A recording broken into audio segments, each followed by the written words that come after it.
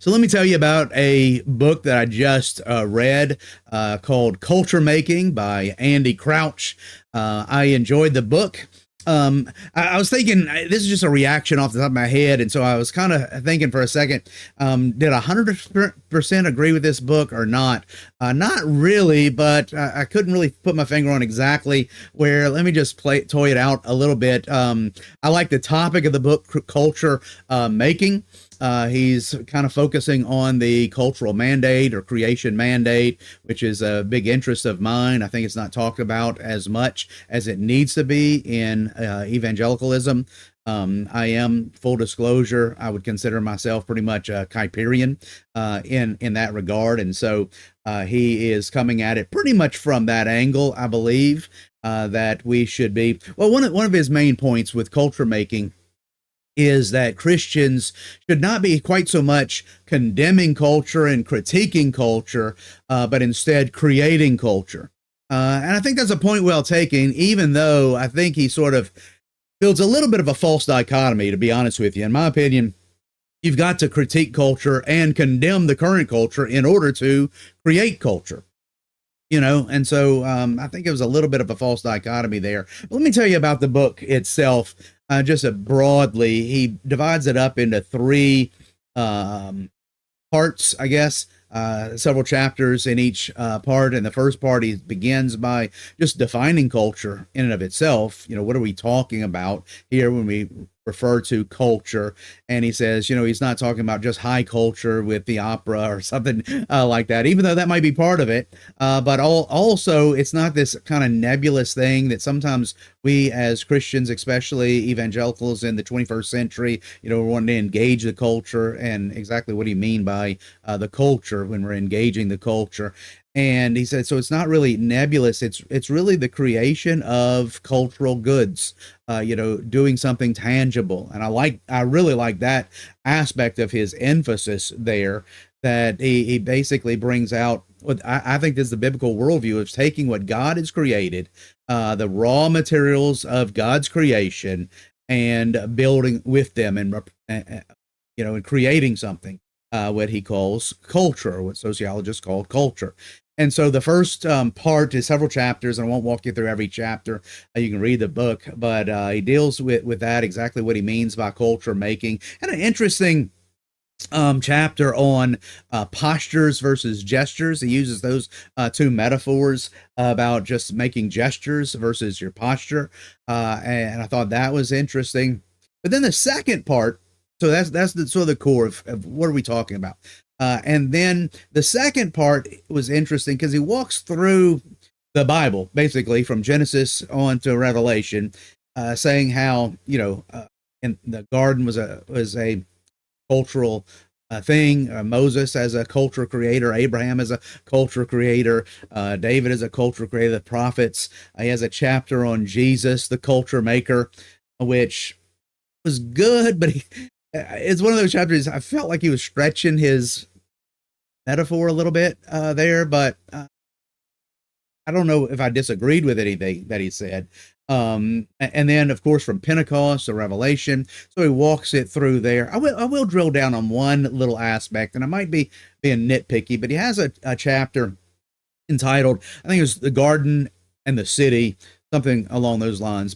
Of course, recognizing that the Bible starts out in a garden and ends in a city. I mean, most people will acknowledge that, starts out in a garden and ends in a city. And he kind of falls into and this is my personal opinion, sort of a pet peeve of mine, that the garden is seen as in contradistinction to the city, almost as if you have this, dichotomy between garden and city, even though he doesn't fully embrace that, what I think is a false dichotomy. He kind of leans on that a little bit. And let me tell you what I mean by that is I do not think that the garden in Genesis and the city in Revelation is laid out as a dichotomy. The dichotomy, the battle is between the garden and the wilderness. If you read through the opening chapters of the Bible, or actually through the entirety of the Bible, it's a very interesting theme to trace through the garden versus the wilderness. And I won't elaborate on that, or else this video would be a long video. But that's what's happening. Instead, what the city is an outgrowth of the garden. It's the same type of creative mandate that God gives in the beginnings, to take the raw materials that He has created and do something with them. So the things that are in the wilderness, what is in the wilderness is there, what God created, but it is wild, it is dangerous, it is not helpful. But what is man's called to do? To subdue the earth and subdue that wilderness and put things in order, and for human productivity and all the rest. And that's what the garden is, that when God placed man in the garden, He did not intend for him to stay in this little bitty corner of the earth, but instead to subdue the earth, to expand the garden worldwide, and to improve it. And the ultimate goal would be for it to become a garden city. And I like using the term garden city because in our 21st century minds, we think of a city as, a concrete jungle, New York City, with all its stink and filth and all the rest. And that's not the imagery in the book of Revelation, because if you read this about the city in the book of Revelation, what we see is a city that has a river and streets lined with fruit trees and leaves for the healing of the nations. I mean, all the things that are in a well established, productive, fruitful garden. And so that's what the idea of a city is, a garden city in the book of Revelation. And I think that Crouch would resonate with that, because that's basically what he is saying. I just wish he would have pulled that out just a little bit more. And so that was chapter 2. Very helpful. I thought I liked the way that he worded things. He's a very good writer, a very engaging writer. It made you want to read the next chapter and all. And then the third chapter, and then the third part, I guess, was where he wants to really apply it. Which the first chapter in part 3, I was a little taken back because the title of it is "You Cannot Change the World." As hopeful as he seemed in the rest of the book, that it's almost like, I guess he just wanted us to stay hopeful. I was wanting to crank it to 11, if you know what I mean. Yeah, because God has given us this mandate, we can change the world. But he was like, no, you can't really change the world, but you can maybe change your little corner of culture, is what was there.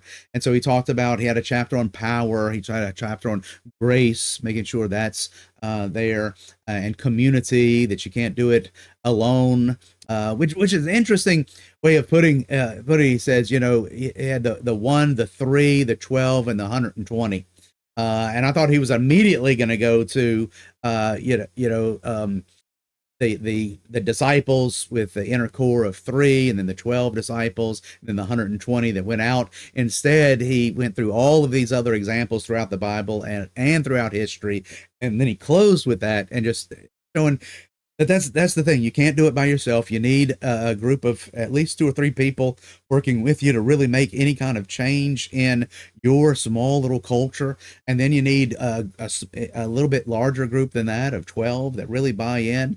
And then 120, using that as just a round number of other folks to really make a change in a culture. And when he talked about culture, he's talking about everything from institutions to, I remember in the opening chapter, he had an illustration of a coffee shop that he goes to, where, a coffee shop owner who has built this small little building and decorated a certain way, and has certain kind of music, and has created this little culture, and has artists come in and has created this little culture.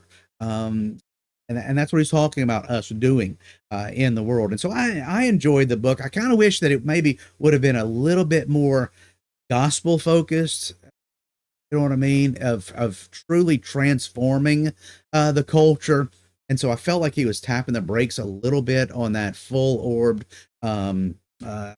If you're familiar with Reinhold Niebuhr's Christ and Culture, and the different Christ against culture and Christ over culture, and all those, a little bit more transformative, but maybe that's just my perspective. But I was helped with it, encouraged by it.